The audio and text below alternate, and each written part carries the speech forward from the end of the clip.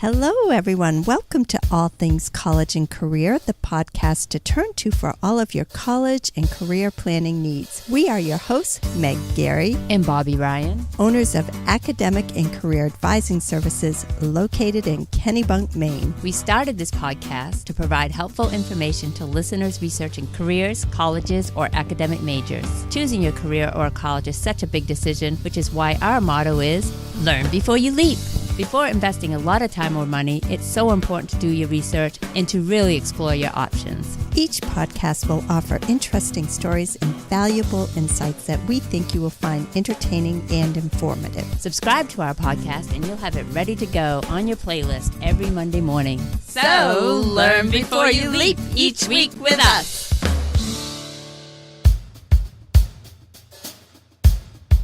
We are very excited to welcome today's guest, Dr. Julie Schneider. She is a licensed psychologist with a ton of experience in a wide variety of settings, such as a public school, prison, hospital, and boarding school. Julie has now started a blog called Momma Meditates, Stay Calm in the Crazy and Parent Smarter. If you're a parent that could use a little bit of extra help and some good advice from someone who has a lot of background in this profession and also is raising 2 young children of her own and is currently right in the throes of parenthood, you should really turn to Julie's blog. She has a unique approach to her blog where she incorporates the importance of mindfulness with parenting. We had so much to cover with Julie, we decided to break this podcast into 2 parts. The first part will cover her career as a licensed psychologist, and part 2 will focus on her current work, a parenting blog called Momma Meditates, Stay Calm in the Crazy and Parent Smarter. So let's get started with part 2. Thank you, Bobby. Enough of our introduction. Let's continue our conversation with Julie. Hi, Julie. Welcome back. You have created a blog called Momma Meditates, Stay Calm in the Crazy and Parent Smarter. Can you tell us about that, Julie? Sure. That is my current pet project. I love it. So as I said earlier, I am currently at home with my kids full time. While I love it, I also miss doing something a little bit more professional. And that's a tough balance. Yeah, it really tough is. Balance to strike. As I kind of sort through my own experiences of parenting, I'm somebody who tends to be pretty self-reflective and somewhat shocking. I wonder what in your background. Yeah, right. Such a coincidence you ended up as a psychologist. Right. And I tend to be a little bit on the perfectionist side as well. So I really, really, really want to be a good mom. I read a lot. I look at the parenting work that's out there. I've certainly, I need to do a certain amount of continuing education to keep renewing my license. So I do a lot of it now in early childhood stuff. Seems most relevant at this point. Exactly. I can use it. I've read a lot of parenting books. As I sort of was sifting through all this stuff and trying to use it, it became very evident to me pretty quickly how hard it actually is to use some of the advice that's out there, because I just kept tripping over my own emotions. Right. Yep. You've been dealing with kids all day and they're tired and I'm tired, and it can be very hard to sort of keep my calm and remember, oh, this is one of those moments where I should use this strategy. And so do you find that a lot of the research and writing has been done by men that are not stay-at-home dads? Just curious. It certainly seems that way sometimes, yes. Right. So in theory, things sound great, but it's really, I think, a huge, unique benefit to be in the throes of it while you're writing about it. Exactly. And that was sort of where the idea got hatched, as I was struggling through trying to use some of this advice and finding it actually pretty hard to do that really consistently, was realizing that I had this image of all of these experts out there as people who never lost their cool with their kids, and they get it right every time, and their homes are like these perfectly peaceful places where their kids that's are what their books sound like. And right. it's very easy to write a book and and I don't want to diminish the advice, because the advice is very sound, very good advice, and it really does work. But I was wondering where the book was that helped people understand that if they were finding it hard to use, they weren't alone. Right. A more relatable book, a book that shows your weaknesses and a little bit more how we can't be perfect and get it right exactly. every time. Right. And normalize as well. Mhm. I found myself sort of feeling like a failure, like I just botched that one, and I raised my voice with my kids, and I can't believe I just did that. And, so I started to sort of think about like other ways so I guess it's two things that I started to think about. I started to think about, okay, so I'm having a hard time using some of this advice, and some of it is just that I'm having a hard time remaining calm, and I'm having a hard time holding my patience and things like that. So I actually When started, it really matters, right? yeah, exactly. In those moments where it's crucial that I do. I had learned a lot about meditation and yoga back in my 20s. I had gone to a couple of Vipassana meditation courses when I was in my 20s, which are pretty intensive 10-day courses where you go to a retreat center and take a vow of silence for 10 days and meditate for like 10 hours a day for 10 days. And so I'd done a couple of those back in my 20s, but had not. Yeah. Imagine the eat, pray, love. That's all I can think of when you say that. Yeah. They're amazing, amazing programs. Very, very intensive. Did you find that difficult, Julie? I'm just curious. 10 days of not speaking. Was that hard? No, I'm an introvert. So the 10 days of not speaking. Well, that's true. I found it harder to start speaking again at the end of 10 days than I did to stop speaking in the first. Oh, darn! I have to talk to people now. The first course I went to, at the end of it, I went and hid in my tent at the end because I was like, I can't talk to anybody yet. I'm not ready. Yeah. Oh my gosh. You need a gradual process to come out of that. So that wasn't the hard part. The hard part was sitting and meditating for 10 hours a day. That actually was one of the hardest things I've ever done. There is some medical evidence now. I shouldn't say this with authority, but that meditation is hugely beneficial for people. Mm-hmm. There's a ton of evidence. People like John Kabat-Zinn and Dan Siegel is another one who are actually really looking at it from a research perspective and seeing how it affects the brain and looking at even medical outcomes. And John Kabat-Zinn founded the mindfulness-based stress reduction program at UMass Worcester. At UMass Medical in Worcester, actually, excuse me. It's an 8-week program where people are taught to meditate. And I believe they meditate 45 minutes a day, 6 days a week for 8 weeks. And then they meet as a group once a week and process things. And there are other activities and things that they do as part of the group. But they've had such incredible success from a medical standpoint, addressing things like blood pressure, diabetes, cancers. I mean, it's all kinds of medical issues. And they've had such incredible success, mindfulness as being an effective strategy for dealing with some of these medical problems, that a lot of hospitals all around the world are adopting the program. That's awesome. It makes sense because they talk about how stress being the opposite, right? In a lot of ways, how it has real medical consequences as well. Absolutely. So it makes sense that if you're de-stressing, that it would have the opposite effect. Yeah. And it's the whole mind-body connection. When I was working out, lived in Oregon for 8 years, and I worked at a therapeutic boarding school for adolescent girls, and I taught a lot of mindfulness stuff out there. It was really, it's something I've used off and on in my own life to huge benefit. And I just believe in it. I think from what the research shows and my own personal experience with it, I think it's incredible. Julie, is mindfulness meditation, they're not really They're not necessarily the same thing. Nope. Can you talk about what mindfulness is? Sure. I know it sounds probably elementary to you, but it's not quite meditation. It's not that. Meditation is a form of mindfulness. Okay. So mindfulness is kind of the bigger umbrella.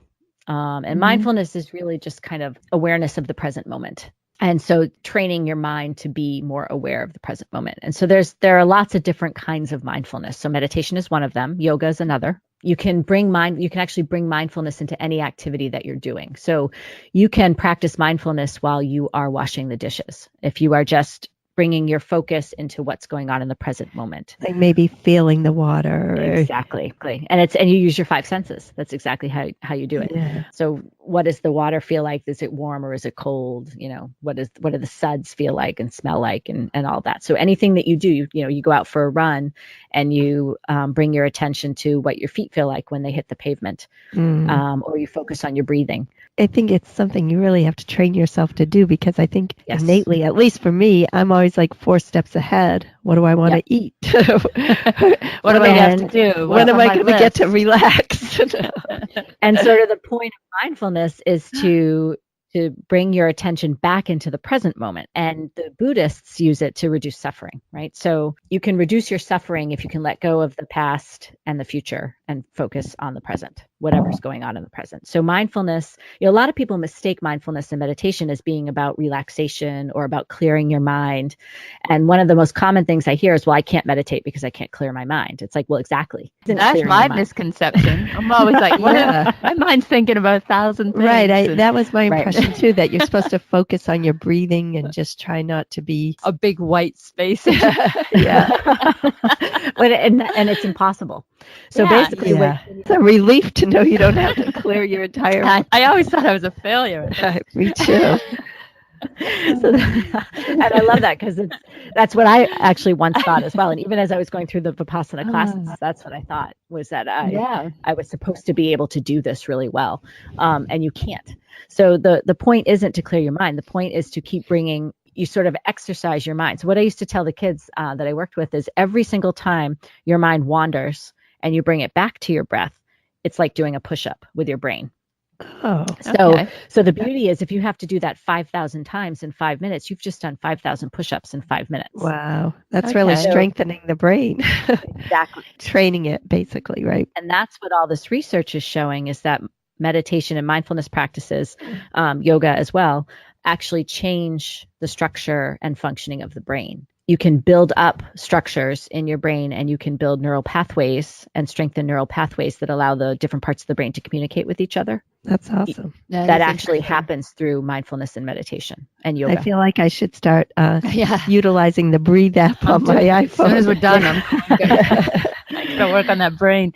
I wonder if there'll ever be a link between that and Alzheimer's or dementia, staving it off, or, That's a good question. That would be amazing. I recently did a continuing education workshop in mindfulness and meditation. And there was a journalist whose name I cannot remember, but he's someone who has studied sort of big public health movements. Mm-hmm. And so he was saying that his belief, and he's looked at all the research and everything, is that meditation and mindfulness are going to be the next major public health movement, because the evidence is so striking that it's beneficial to your health.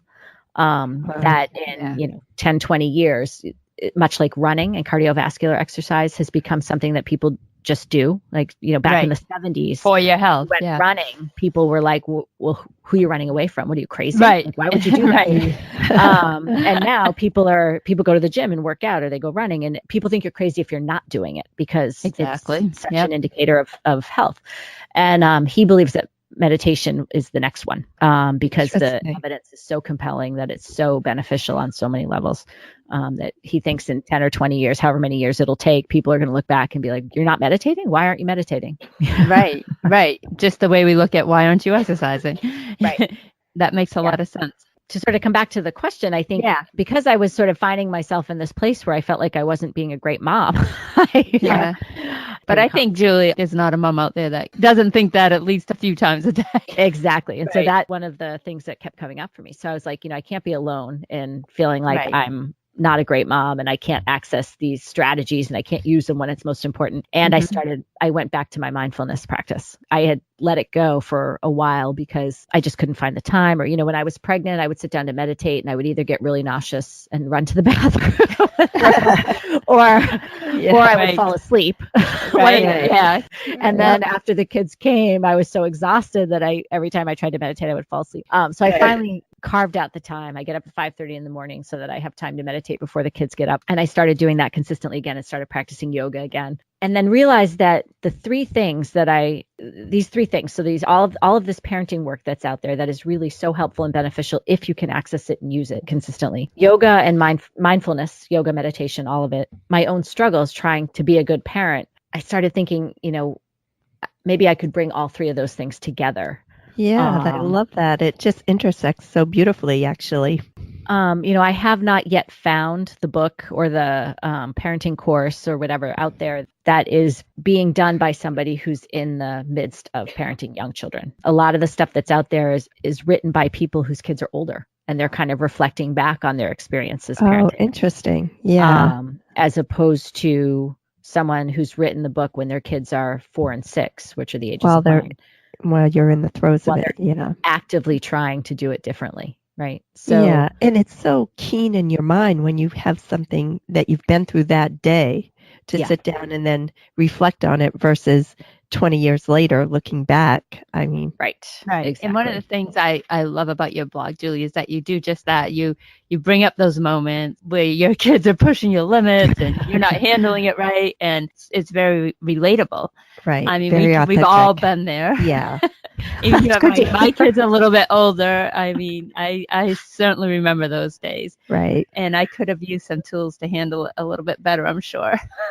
So Can't we all know? Right? all you moms out there, definitely check out Momma Meditates. Stay calm in the crazy and parent smarter. It's awesome. You'll love it. Yeah. you. So, Julie, I wanted to talk about your blog a little bit more, though, because I wanted to bring up a couple of specific stories that I actually loved. So maybe you could tell our listeners all about the time that you helped the homeless man. I thought that was such a great story, and how, especially through the eyes of your girls. Oh my goodness, they still he doesn't stand at the same corner anymore, and they still Right. ask about him all the time. It's so amazing. So we would very often, several times a week, we would be traveling the same route, and there was a man who was almost always at this particular corner. So it was right where we were turning to get on the highway to go home. And so, people, when you see people that frequently, they start to become sort of familiar to you. And so my kids would ask here and there, who is that? What's he doing? What's that sign say? He always had a sign. And so I would explain to them, well, he doesn't have a place to live. And so he's asking for people to help him. And so they were like, well, why don't we help him? And, and it sort of confronted my, we sort of all have all of our reasons and excuses for not helping other people. Right. And they really confronted that. And so rather than shut it down, which I could have very easily done, which is actually what most of us honestly do. Which is why I'm so proud of you in this story. Yeah. Well, and I did for a period of time. I said, oh, we don't have anything, and we can't, we're not going to give them money for. You're not sure. Because people are always saying, well, do they really need the money, or are they just they're collecting right, all the cynicism that we've been taught, right, the cynicism in that our adult minds. Sure. Yep. And it gets in the way of our helping. So we didn't help him for a while, but then suddenly, finally I was like, well, you know what? Why don't we help him? So I said, okay, well, how about we make him a sandwich? And next time we go down there, we'll bring him a sandwich. And they got all into it. So we made him so next time we were going that same route, we made him a sandwich. And so the funny part was, this first time we started to drive down the road, headed towards the corner where he was always standing. And we actually saw him walking back the other way. Right. And so I said, oh, there he goes. He's not at his corner anymore. And they were like, well, go turn around. So I said, okay. You've got to move to his new location, Mom. Yep. So I had to pull this totally illegal U-turn, which I did. And so we pulled the U-turn and we went back. And, it's one of those moments where I'm like, people must think I'm nuts. But I did. I pulled over on the side of the road and I rolled down the window and I said, excuse me, sir. And I said, and he came over to the window and he was kind of looking at me all confused. And I said, this might sound a little bit crazy, but my daughters really wanted to help you. And so we made you a sandwich, and we're just wondering if you're hungry. Do you want the sandwich? And he could not have been more grateful. And he came over to the car and he was so grateful and he was so happy. And we gave him the sandwich and I rolled down the windows so that the girls could say hi to him. And they were just beaming. They were so proud of themselves. It was just this really nice thing. And so it just became a habit. So we started to make him a sandwich. Every time we knew we were going down to where he was going to be standing, we would make him some food. And I tried to keep it, it was important to me that the kids put some effort into it. Take a little ownership. Yeah. And so we would, most of the time we would make him something. And if for some reason we didn't have time or we didn't have reasonable food in the refrigerator or whatever, we would go and buy him something. But it became a sort of a habit. We did it all the time. And I remember Easter came and my kids wanted to make him a care package for Easter. So we made him we got him a whole bunch of snacks at the store, like cheese and crackers and things like that. And then they were so excited to get him a chocolate bunny. So they picked out a chocolate bunny for him. And when it got cold out, we brought him clothes. Like we went down to Walmart and got him some thermals, the top and bottom thermals, and some wool socks. And so this one time we had gone to Walmart to get him some warm stuff, and he wasn't at a street corner, but there was another man there at right near where he usually stands. And so my daughters were like, well, why don't we help him then? Since Arthur, his name was Arthur, since Arthur's not here, why don't we help him? So we actually divided the stuff up and we gave half to the man who was there that day and then saved the other half for our friend Arthur. But yeah, they, and it was really, really, a nice experience for all of us. I think we sort of got to know him over time, and we learned little bits and pieces about his story. And we hope now he doesn't stand there anymore, but we're hoping that he moved into a house, because he had a potential opportunity to move into a house and sort of start getting things back on track. So we're hoping that that's what happened for him. But he's not there anymore. No, for sure. Yeah. But what I liked about your blog is that you tied that all into the kindness and compassion for others, and how it's really self-healing, and how it's something that benefits the individual that's doing the giving. I also liked how you recognize that kids are natural givers, Yeah. and that we hold them back as adults. Absolutely. They don't have that cynicism, right? They have it's all so innocent and it's so pure. And the question, like, well, why don't we help him? Like, what's wrong with you, Mom? Yeah. Yeah. Matter of fact. Right. I love that. Yeah. So let's delve in. Can you offer some parenting tips for our listeners? Like, what is your basic parenting philosophy? So my basic parenting philosophy, as I've been sort of developing it over time, really, it actually comes from yoga. So I went to this yoga class one day, and the instructor started talking about this principle in yoga that I was like, this is it. This is exactly what this kind of conceptualizes what I'm trying to do for myself, and what I'm trying to hopefully at some point teach other people. And it's called root to rise. So in yoga, they talk about, and this is kind of related to the poses that you're doing in a yoga class, but actually yoga itself is such an incredible metaphor for life in general. And I believe it's intended to be. The root to rise principle, what they talk about in yoga, is that there's an energetic exchange, such that in order to rise up, you have to first ground down into your foundation, right? So if in terms of a yoga pose, if you want to like rise up into tree pose, for example, you have to be really stable on your feet. You have to kind of have your weight evenly distributed, and you have to have sort of a good solid foundation in your foot so that you can rise up into the pose with strength and flexibility and balance. And I think as parents and as people in general in our lives, and as parents, we can take a lot from that, we all want to, and I talk about this in one of my blog entries, we all want to rise up as parents. We all want to be the best parents that we can be, but we focus too much on the rising up part. And I think this is where all the strategies and expert advice are focused. They're focused on how to rise up and be a good parent.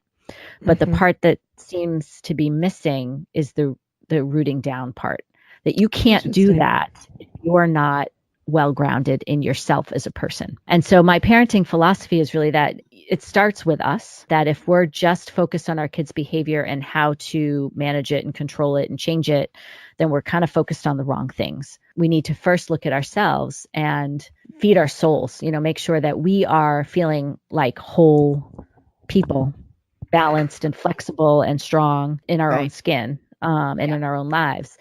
And then the rising up part actually becomes more natural.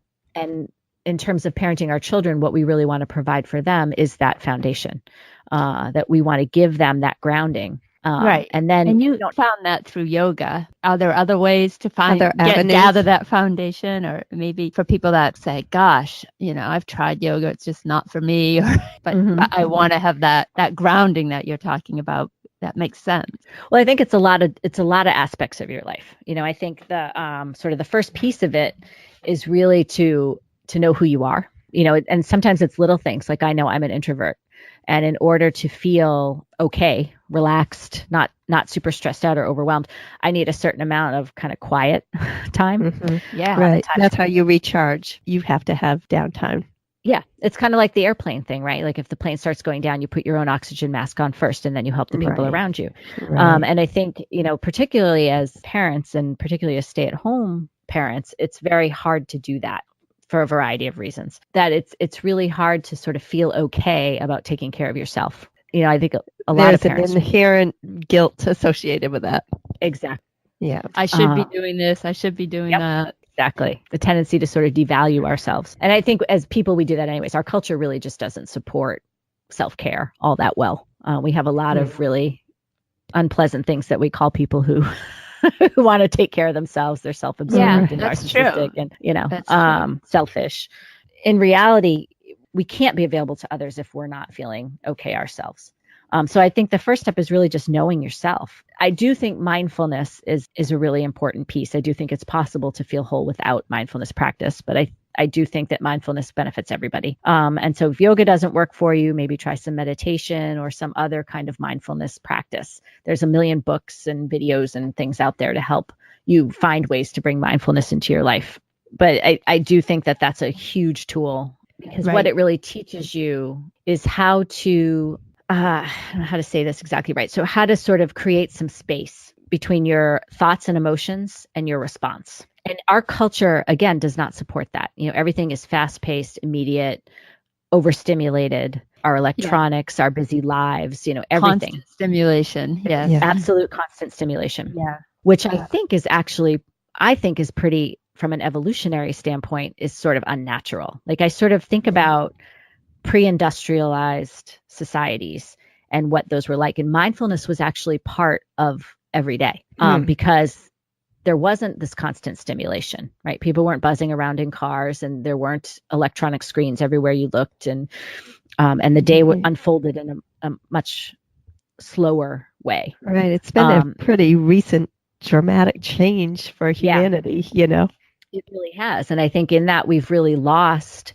quiet, periods of quiet contemplation are now, they're not part of the day. And I think what happens with people, they find themselves in a quiet time. They don't know what to do with themselves. Right? Exactly. I must have to scroll through Facebook or... Yep. Well, it's funny because we were just talking about this at dinner. I was with my husband and my kids because my kids were complaining this weekend. We did not have a super busy weekend, and my kids were complaining that they were bored all weekend. And we're in the middle of a screen detox at my house. So, oh boy, how's that going? It's actually going really well. My kids don't love it, but it's fun to we're playing games and they're coloring, and not that they had a whole lot of screen time anyways, but they really love their screen time and they can quite focused on it. I know it's only 45 minutes or an hour a day, but I think it's time to lose that for a little while and start focusing on other things. And so we were just having this conversation last night about how important it is to allow yourself the quiet time, to allow yourself to get bored.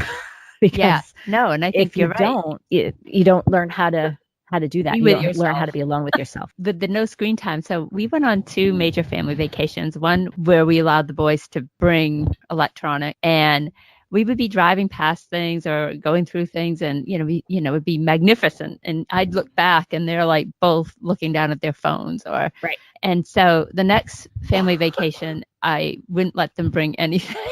Yep. And it was 1,000% better. I mean, they complained. They were teenagers, so how am I going to be able to keep up in my Snapchat story? I got a streak going here, and all these things that teenagers care about. You'll get there. Yeah. And I said, well, I don't know, but it's not my problem. We're going and we're not taking it. So.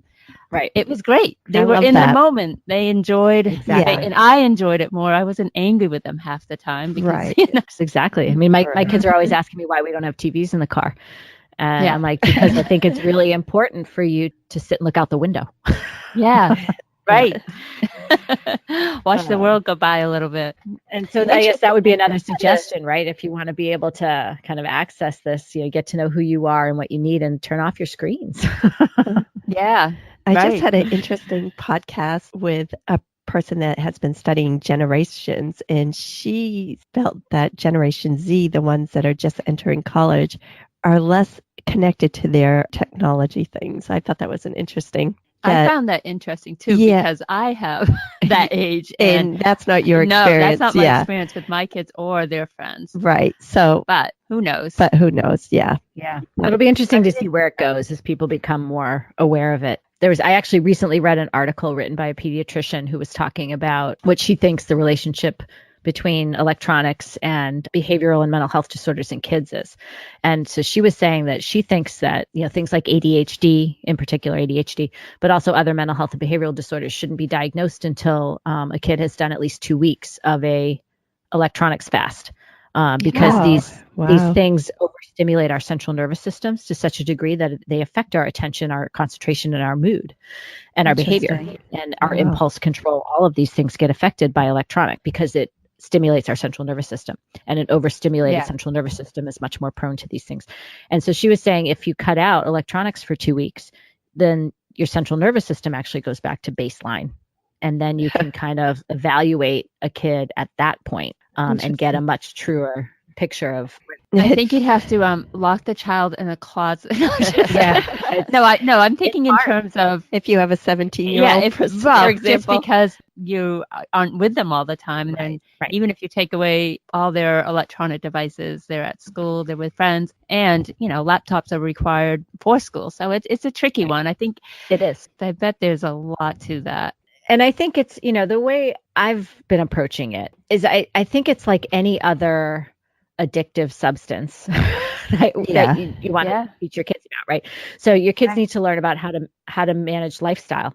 And that includes things like sugar and eating healthy. So we have a lot of conversations in my house about sugar and how to eat sugar in a healthy way, or in at least a reasonable way. I think it's the same thing with things like alcohol. As your kids are getting older and they're going to be starting to have those experiences where alcohol is being offered to them, and they're going to start experimenting with it, and then they're going to be 21 and they're going to be legally allowed to drink. I think that's a conversation that needs to take place around how do you how to manage it in a healthy way. Right. Yep. Yeah. And it's the same thing with electronics. I mean, that really needs to be an ongoing conversation where you're discussing how to use electronics as an important tool, because it is all of this stuff they're really important tools, and they're part of life. We're not going to escape that. And so cutting your kids off from it really isn't going to be helpful, because then they don't learn how to manage it. But they need to also understand that it's also addictive, and that they need to make sure that they're able to balance it, and that they need to have the self-reflective ability to see when they've had too much electronics and it's starting to affect them, because I can tell you, if I'm on my phone too much, I'm not as happy as when I'm not, I've definitely noticed a difference. Right. It's draining somehow. It drains you a little bit. I had a question. How do you think we could improve school for our kids? Yeah. And, it's hard. There's a lot I could say about that. I think the thing about school these days is that children, I think, too often don't feel really cared for by their school, and are not an active enough participant in their learning. I think in the mainstream school setting, education is almost like something that happens to kids, as opposed to kids really feeling like it's relevant and interesting and something that they have to get through. Exactly. And so it's something that they really want to take on and embrace because they find it interesting. And I feel like a lot of society wants that. Do you know what I'm saying? Mm-hmm.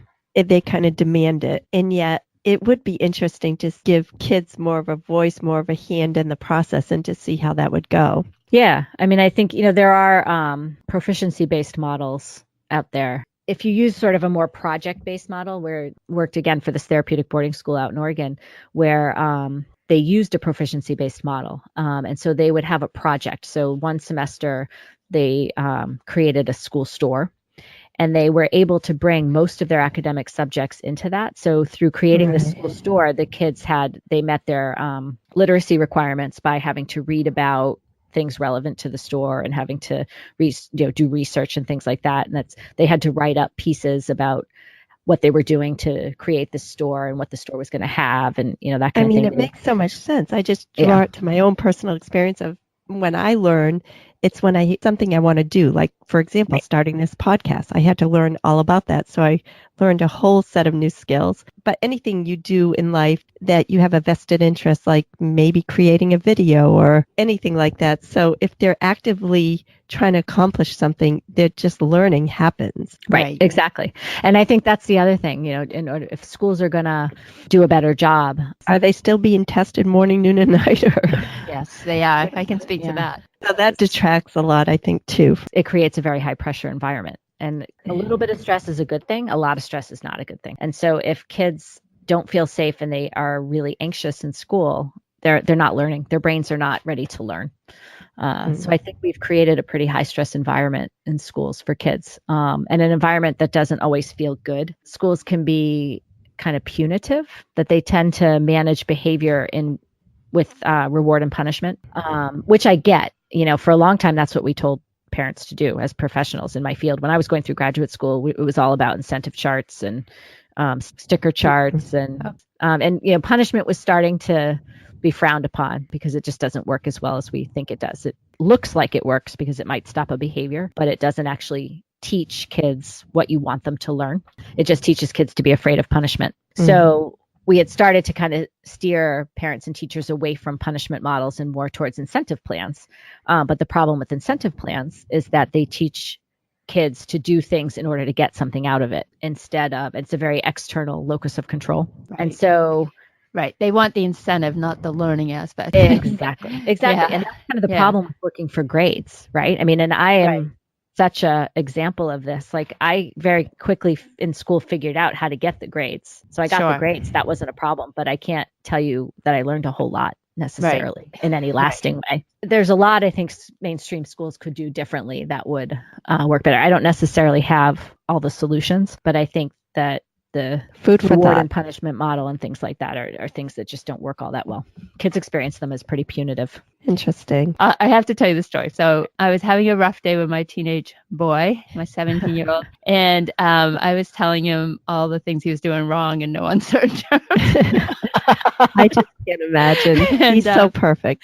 And so, that was actually mostly over via text because he wasn't home. And I was like, I won't get into all the details. But so after we were done doing that, I was reading your blog. It was the story about probably going to pronounce this wrong, the Ubuntu people in South Africa. I think it's Ubuntu, yeah. Yeah, Ubuntu. Well, you were talking about how when someone does something wrong in that tribe, they actually spend 2 days encouraging them or telling them all the great things about them instead of focusing on, the negative. So I'm like, wow. Well, you handled that all wrong, clearly. I wasn't practicing mindfulness or anything close. But the funny thing is that I'm like, okay, well, she's right. That philosophy makes sense to me. So I followed up with a text, not telling him like, oh, I think you're smart or handsome or any of those type of compliments, but I tried to tell him the good things he brought to our lives.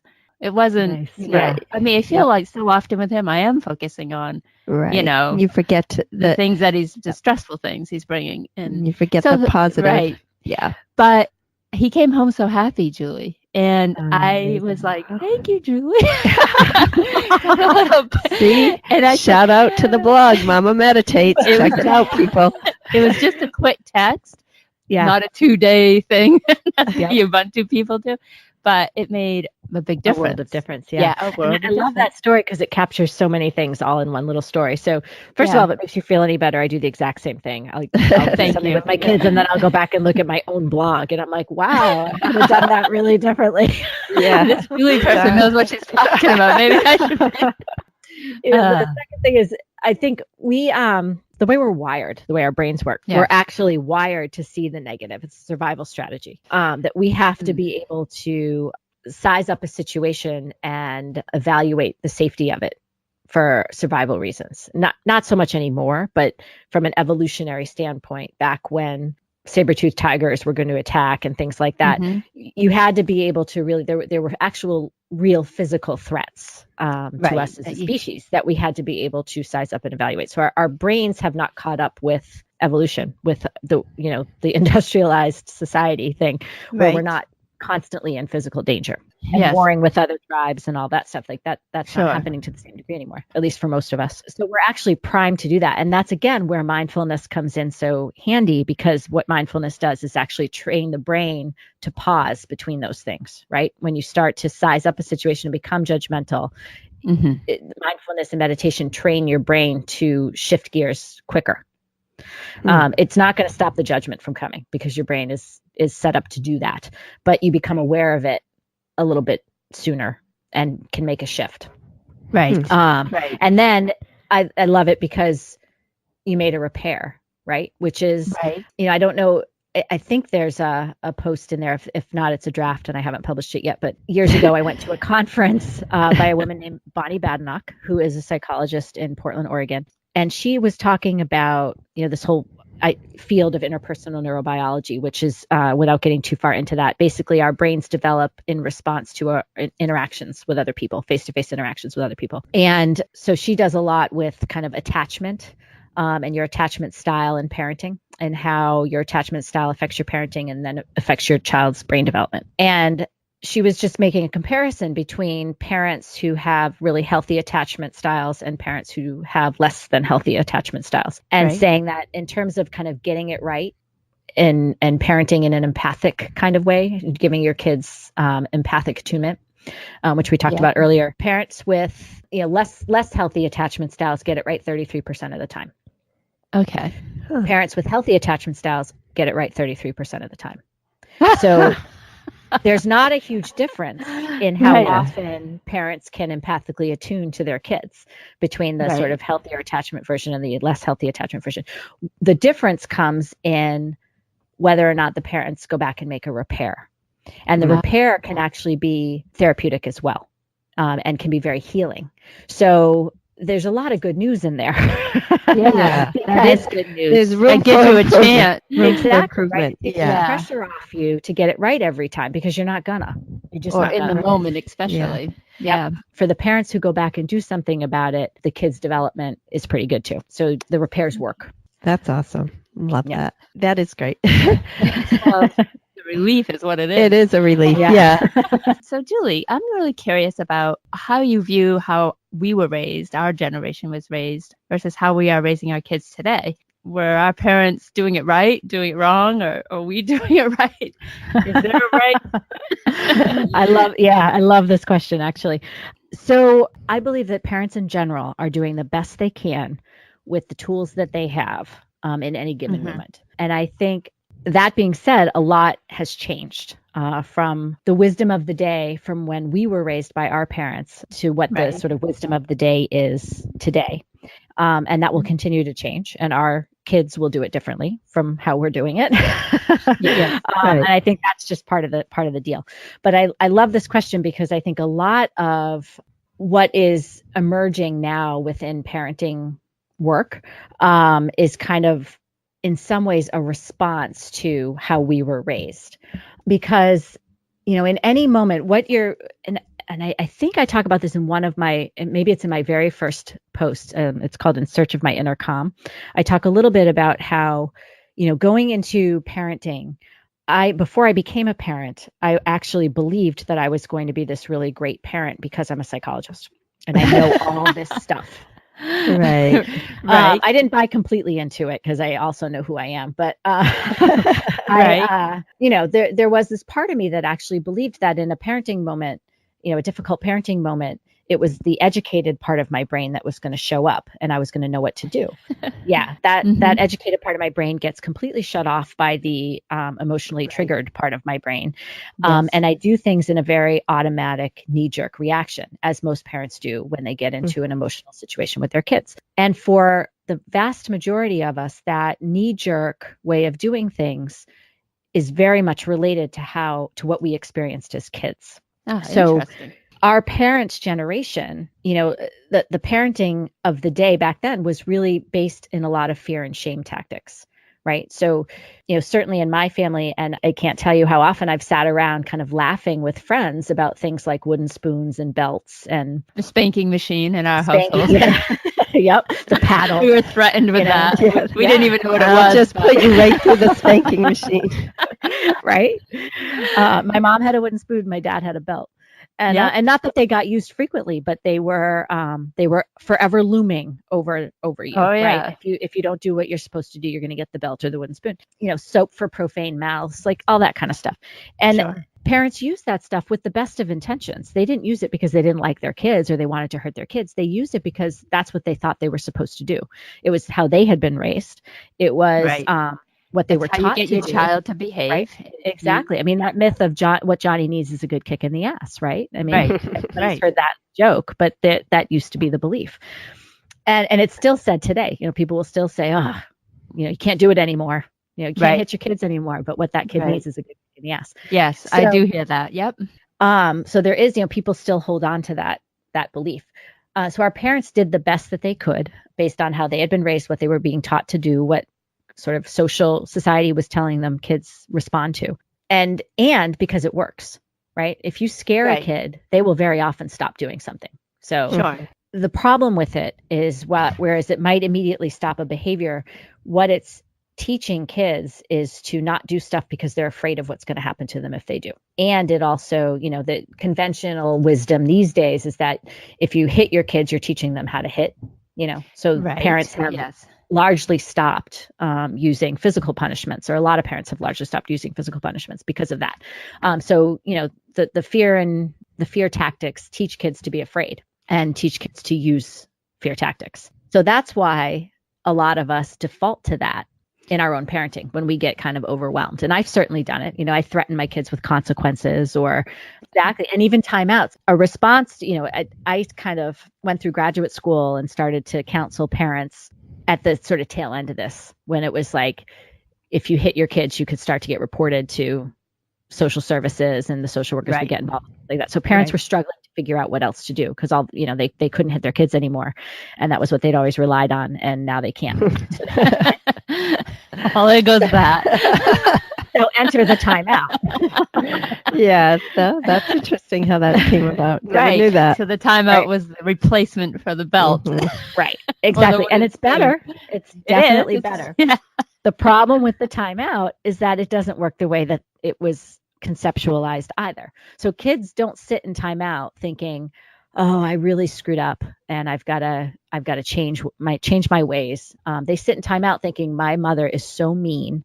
Yes. I can't believe she's making me sit here, and I didn't do anything, and I can't believe I have to sit here, and I just have to sit here until I can get out of here. Isn't there some evidence to suggest that even an adult that's in the middle of an angry moment, that sometimes just removing yourself from the situation? Count to 10. Absolutely. Absolutely. So, but if you're in the heat of your emotions, sometimes it's just better to amygdala cool off or whatever. Yeah. Absolutely. And so I think, using a timeout for that purpose is very different, though, than how it usually gets used. So a lot of times it's used as it's a disguised punishment, kind of like consequences are sort of disguised punishments. So instead of, it's a very different experience for your kid and for you as an adult. So let's just say you're in the middle of an incredibly emotional moment and your husband says to you, go take a timeout, or you need to take a break. That doesn't feel so good. You lose it, right? Well, let me tell you SOB. What if instead your husband said something like, you know what, maybe now is not the best time to talk about this. Why don't we just kind of separate for a couple minutes and then we'll come back. Separate might not be a good word, but why don't we just take a break to cool off and then come back and talk about this in a few minutes when we're both feeling a little bit more together. That actually feels very different than you need to take a break. I think I would like to hear, boy, you're really upset. I'm sorry. That's what you want your husband to say. Yeah, I've never heard that, but that's what I'd like to hear. Okay, I'll give him the FYI. Good luck. I've been trying to. Because we could do a whole other podcast of the things we want to hear from our husbands that we don't hear. Maybe we'll do that over lunch. So I think for our kids, the experience of, if you don't stop that, you're going to timeout, or you just say your sister, you need to go to timeout. That's experienced as very punitive. But if you say something, and you could, and depending on how you introduce this to your kid, you could use the language timeout. Unfortunately, for a lot of families, timeout has become synonymous with a punishment. If you say to your kid, like, wow, this is getting a little bit out of control. How about we just take a break and breathe a little bit and talk about this a little bit more in a few minutes? That's a very different experience. I think sometimes you do have to remove your child. So it's basically a timeout, but they just don't view it as that way. Yeah. It's a lot in the wording. It's a lot in the wording. Yeah. It's a break. Well, and it's use. I think it's very easy to take a really good parenting strategy and then use it as a punishment because you're mad. We do it to all kinds of parenting strategies that actually could be pretty good. So, I don't necessarily mean throw out the timeout completely, but you have to be really careful how you use it. And then, the other piece of the timeout is sometimes when your kids are really upset, if you put them someplace by themselves in that moment, they actually feel quite abandoned. Yeah. Because they're now all of a sudden really upset and feeling very out of control, and they're all by themselves, and they don't yet feel like they can get themselves back under control by themselves. So I've heard that, there's this great, I'm not sure who came up with this idea, but again, it was Bonnie Badenoch that introduced it at a conference, and she talked about a time in. And you'll see references to this kind of intervention starting to become a little bit more popular. So instead of removing a kid or isolating a kid when they're out of control, you bring them closer to you. So, I don't know if you see those things go through your Facebook news feed of why you should hug your kids when they're at their worst. No, they know I'm in a different stage of life. Yeah, I don't Facebook knows just who we are. So, I think the two problems with the timeout is the parents often use them as a punishment. And then if your child is really upset, they may actually need you to stay with them rather than be all by themselves. And being all by themselves with their huge feelings actually can be kind of scary for kids. So, when I have to remove my kid at home, generally what I try to do is actually sit with them, which can also be very interesting, especially. Well, how does that work with the other one, though? If one's acting out and you go and spend some individual time with them, the person that didn't act out is being left alone. Does that work okay? In the context of a tantrum, it actually often does, because it's amazing how the other kid will kind of fall into line and sort of entertain themselves because they know the situation is being dealt with. Exactly. And sometimes they don't. Sometimes they start acting out too to get your attention. And then you just got to kind of figure motherhood. it out. Never even. It was great when I was reading your blog, because I know Meg and I can totally relate, because we've heard this line many times in our upbringing, was the "because I said so" line. In your blog, you wrote about that and how you had to cringe when you pulled that out. I couldn't even believe I said it. I vowed the same thing. I'm never going to say that to my kids, and I'm sure that has come up once or twice in my for sure. My time. And that's one of those leftover things from how our parents did it. And I think but what's interesting now is how a lot of people are doing it these days. And this the whole helicopter parenting thing. Yeah. I think in a lot of ways, helicopter parenting is the pendulum swinging too far the other way. Right. So our parents, our parents' generation did everything through fear and shame. We can either scare them or make them feel bad, and they'll change their behavior because they're scared of the consequences or because they feel really bad. And like, hey, you got a ride to college? You all set? Or do I actually have to get you over there? And then not showing up for things, right?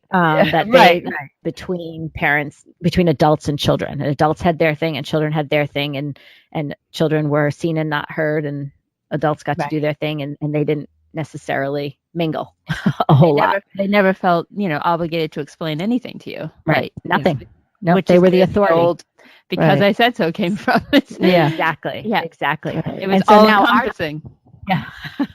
And I think our generation is aware of some of the unfortunate consequences of that way of being raised, right? And so we're trying to do things differently.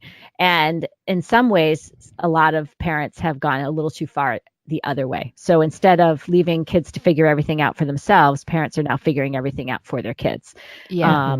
And I have too. I definitely could say some of the kids that ended up in the therapeutic boarding school were there because their parents had been overly involved and not letting kids figure anything out for themselves. I'm not going to sit here and pretend I didn't fall into that. And it's almost hard not to in some ways, because if every other child is got their parents there doing everything, and it's hard to pull yourself back. It is, sometimes. But some parents take it to an extreme, like getting involved in their 16-year-old's dating world or whatever.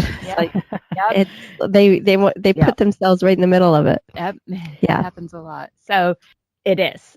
And that's where sort of this whole idea of root to rise, where this actually comes in sort of handy, is because it directs us to look back at ourselves again. What is our goal here in overly controlling our kids' lives? Some of it is to save them. I think we want to protect our kids from adversity. We want to protect them from failing or from being hurt. But sometimes we take those blows tougher than our kids too. That's true. And we forget that some of them are necessary, that your kids have to learn some things the hard way, and that there's real growth in that. We learn most from our most difficult situations. If everything is easy for us, we don't learn a whole lot. It's when things become challenging that we really start to learn.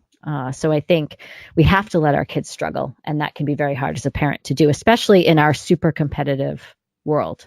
There's a lot of talk about how parents put a lot of pressure on their kids inadvertently by, deciding that they're going to Harvard when they're in pre-kindergarten and trying to get them into all the best schools. And so a lot of parents won't let their kids fail in school because they need the good grades to get into a really good college. And so kids then don't go through the natural consequences of, missing a homework assignment or failing a test because their parents have made sure that they've got their homework done and whereas that might help them get into Harvard, then when they get to Harvard, they don't have any study skills because they didn't have to manage their time themselves because their parents took care of it for them. So I think parents are responding to a lot of things. But I love, in my most recent post, there's a guru. His name is Sadhguru, I think is his name. I'm sure I'm not pronouncing that right. The link to the video clip is in my most recent post. Who the hell are you? And it's how to handle teenagers. Talking all about how to handle teenagers. And I would argue that this actually starts long before teenage years, that when a kid starts to assert their autonomy and their independence, so they're starting to do that by the time they're like 18 months old. Parents have this sort of gut reaction that they want to control it. Parents become very uncomfortable when their kids start to do things on their own, and they want to protect them and they want to control it. And he argues that parents are trying to keep their kids kind of helpless, independent, because they kind of liked that when their kids were babies and they would look up at them like, you can solve all my problems and you can do everything and you're magical. And it's actually hard for us to make that shift. Right. So anyway, I'm not sure where we were. Superhero to zero. That's what happens. Yeah, exactly. You know everything, and then they get older, and then you know nothing. Yeah. And that's like a daily occurrence at my house. I have a 4 and 6 year old, so I'm a superhero and a zero multiple times every single day. Right. You vacillate from one to the other. I can't keep up. So let's talk about apologizing. So what can you tell us about making kids apologize to others? I don't think that's I think that's something that people try to do all the time. I know that, one of my kids' teachers, when I went into parent-teacher conferences, my younger daughter's in pre-kindergarten, and her teacher said she really doesn't like to apologize to other kids. And I started laughing because, anybody who knows my 4-year-old knows that she is very self-directed, really very independent, and thinks for herself. And as soon as she senses that you're trying to make her do something, she digs her heels in and she is absolutely not going to do it. So that's, I sort of chuckled and didn't say it out loud to the teacher, but what I thought to myself was, of course, because you're trying to make her. Right. And she's not going to. And so I think a lot of parents and teachers and professionals try to teach kids how to apologize by making them do it. And I think this backfires more than it actually works, because I think kids end up in that power struggle where parents are trying to make them do something, and or they sense that they're trying to make them feel bad. So say, my older daughter hits my younger daughter, and I say, well, now you have to say sorry. She doesn't want to do that because she doesn't want to be forced to do it. So I think the whole issue of apologizing, I think very well-intentioned parents and teachers and other adults are trying to teach kids how to apologize by making them do it. And I think to some degree that this sort of makes some sense, because you have to give kids the language. They have to know how to apologize. And so teaching them how to do it by having them practice it, I can see how people would view that as an effective way to get there. In my opinion, the problem with forced apologies is that you're teaching kids how to apologize less than authentically. So instead of apologizing, say you're sorry, you're like, sorry. Yeah, they're just doing it because you're doing it to get out of trouble. Yeah. They're doing it to get you off their back. And they're not doing it because they actually feel genuine remorse. So if you want an authentic apology, you sort of have to give kids the language, but you have to let them get there themselves. And so what I've always tried to do, I've never asked my kids to apologize to me. And if I have, it's been a slip, like once or twice. And I'm sure I have slipped once or twice and said, now say you're sorry, because I needed that to feel better. But at the end of the day, that's what it's about, right? If you're forcing somebody to apologize, you're doing that because you need to hear that to feel better, not because you're really trying to teach them how to apologize. Yep. And I think what you end up with are kids who either refuse to apologize or adults who refuse to apologize because they've been made to apologize so many times that they feel like apologizing is a loss of power. Or you end up with giving you inauthentic apologies in order to get out of trouble or to get you off their back or to be able to move on or whatever. So they're trying to get something out of it by apologizing, or they're trying to manipulate you by apologizing. So, well, if I apologize, then they won't be mad at me anymore and I'll be able to go to this party that I want to go to or whatever. Right. So I think instead of trying to force, what I've tried to do with my kids is foster empathy. And so, if one of them hits the other, the conversation may look more like, how would you feel if she hit you? Well, I feel really sad. Well, how do you think she feels? I think she probably feels really sad.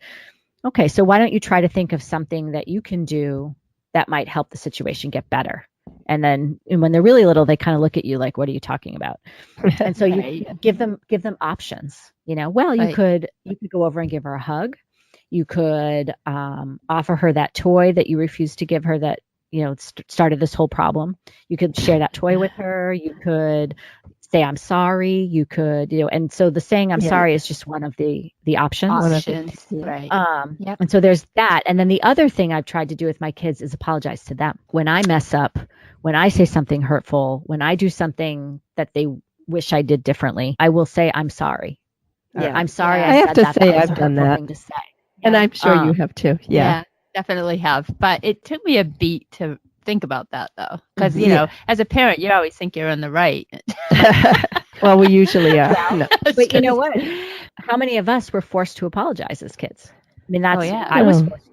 And so for a long time, I thought apologizing was a loss of power. And it was once I sort of got into graduate school and was kind of studying all this stuff that I was sort of thinking about it and realizing, well, apology actually is just a sentiment. It doesn't have to have anything at all to do with power.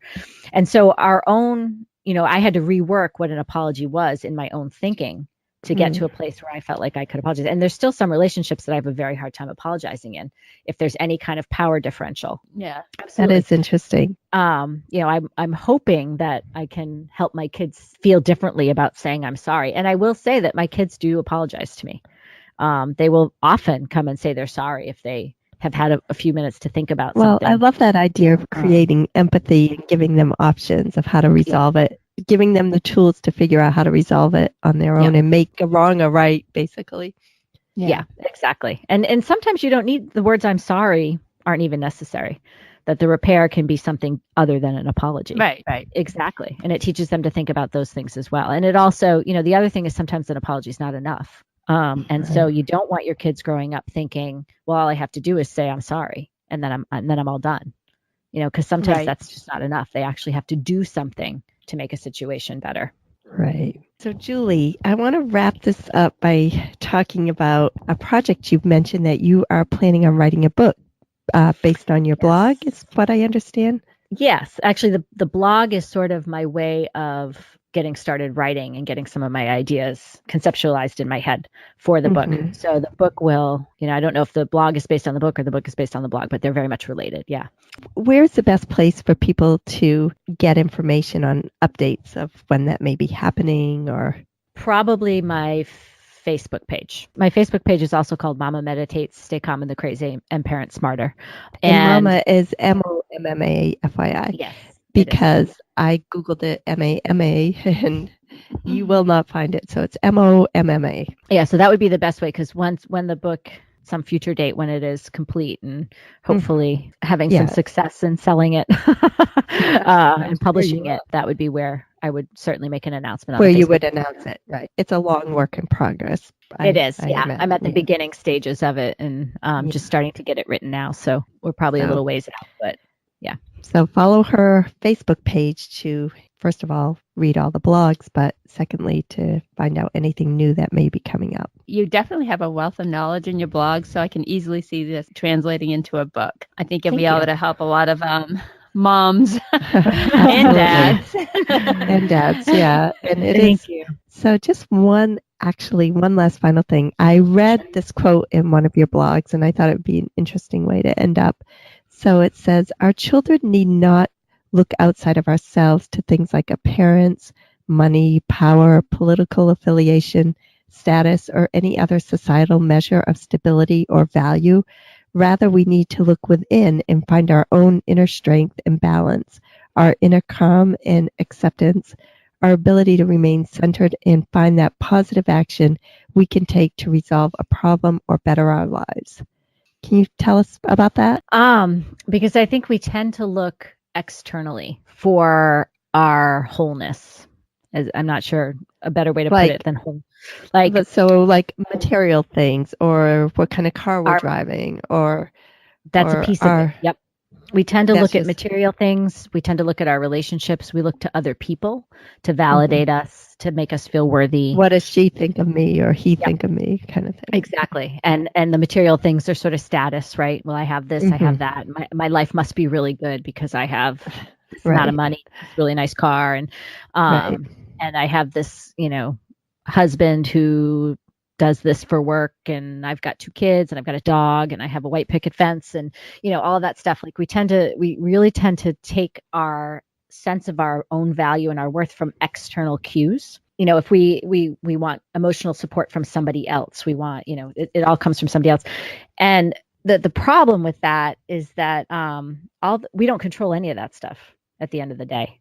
We don't have, we have a certain amount of money, the stock market could crash and take all of that away. We have, the relationships that we have in our life, but those relationships are constantly changing, and things happen and those relationships change and end sometimes. We have, so none of that stuff is really 100% within our control. And too much of our happiness is based on the responses that we're getting from those things, right? Our happiness is tied up in our salary and in our relationships and in our kids' successes or failures. And so if we're looking too much to those things for our sense of our worth and our happiness and our sense of wholeness, we are vulnerable to being unhappy, basically. And the reality is we actually carry our value and our sense of worth and our happiness inside of us. We have everything we need inside of us to be happy. And the less we look outside for happiness and the more we can look inside, the happier that we can actually be. I love that. It makes such sense. And I would imagine, assuming you have met all your basic needs. Actually, even if you haven't, because even if you have no healthcare, shelter, or food, you can still be happy. This sounds crazy, but I've traveled all over the world to a lot of developing countries. And so I went back in 1999, I went to Nepal. And at that time, I believe it was the 3rd poorest country in the entire world, the time I visited. And I was so struck as I was going through, I spent a week or so in Kathmandu, and there are just millions and millions of people in Kathmandu living in poverty. They were happy. There were so many happy people in Kathmandu. I couldn't believe it. And out in the countryside, I went out trekking in the mountains, and I would trek through these tiny little villages where the people had absolutely nothing, and they were struggling to survive, and they were happy. Yeah. And it stayed with me for years, because it was like they obviously understood something that here in our country of excess, we don't understand. Maybe it's a more communal environment where their relationships are closer. I think that may be a piece of it, but I also think that necessity is the breeder of invention, right? So because they have to, they look internally more for happiness, because their happiness is not coming from anything status oriented. That's true. They have some good relationships, but they might also be in a really small village where there's only a few other people. They look inside, and they're also very spiritual. They have a true, more tangible connection to something divine. Right. I would see people who didn't have enough to eat themselves offering. They would go to shrines and make offerings, and they'd be offering a sack of rice as an offering rather than eating it themselves, and they were happy. So yeah. It was a real lesson to me about how happiness really doesn't come from what you have externally. And I didn't understand it at the time. I had no idea how they could be happy. Right. You're like, why aren't they just miserable with not enough food and not but again, you decide how important those things are, right? No, that's absolutely true. One of the other things is, like, if you're looking within, you're looking at your own thoughts and your own perceptions. And it's your thoughts and your perceptions that dictate how happy you are. If you think about, like, when you wake up in the morning, if you just kind of wake up with that positive, like, today's going to be a good day, and, just try to look at the world positive light before you even get out of bed, then, I don't know, you have more control over the outcome of your day, I think. Absolutely. And, there's a lot of research to support the idea of practicing gratitude and how that is linked to happiness. That so gratitude comes from a place of abundance, whereas, wanting things comes from a place of lack. So if you're, and comparing yourself to others comes from a place of lack. So if you are feeling a sense of abundance. Like there's enough in the world. I have more than enough. And you're grateful for the things that you have, and you're actively practicing gratitude and being grateful for the things that you have. You're a whole lot less focused on the things that you don't have, and a whole lot less focused and placing less importance on comparing yourself to other people, because you're just feeling grateful for what you have. So, I think no matter how much you have, there's always going to be somebody who has more. Of course. So that you're never going to win that comparison ever. Exactly. So it's sort of a waste of time to get into that. Well, and so that's what I mean by focusing it back inside of yourself. So if you can focus on your own thoughts and your own perceptions and let go of some of these things that we think are important, you'll be happier. That makes complete sense. Well, that sounds like a great place to end, and great tips and words of wisdom there. Thank you so much, Julie, for coming on the podcast. It was great, Julie. Learned so much. It was so informative to talk to you. Thank you so much. Thanks so much for having me. It was really fun. Wow. What did you think of that conversation with Julie? That was amazing. Julie has so much great information and parenting tips. And hey, if I was ever going to be studying to become a psychologist, her tips would be so helpful in that transition. Absolutely. And don't forget, people, to go follow Julie on her Facebook page, Momma Meditates, MOMMA. You won't regret it. And the links to her blog and Facebook page will be included in the show notes. And as a final note, anyone interested in learning more about our business, academic and career advising services, we invite you to visit our website, and we will include that link in the show notes. We assist people with changing careers, possibly finding that first job out of college, the college admissions process, selecting an academic major, deciding on a career, or things of that nature.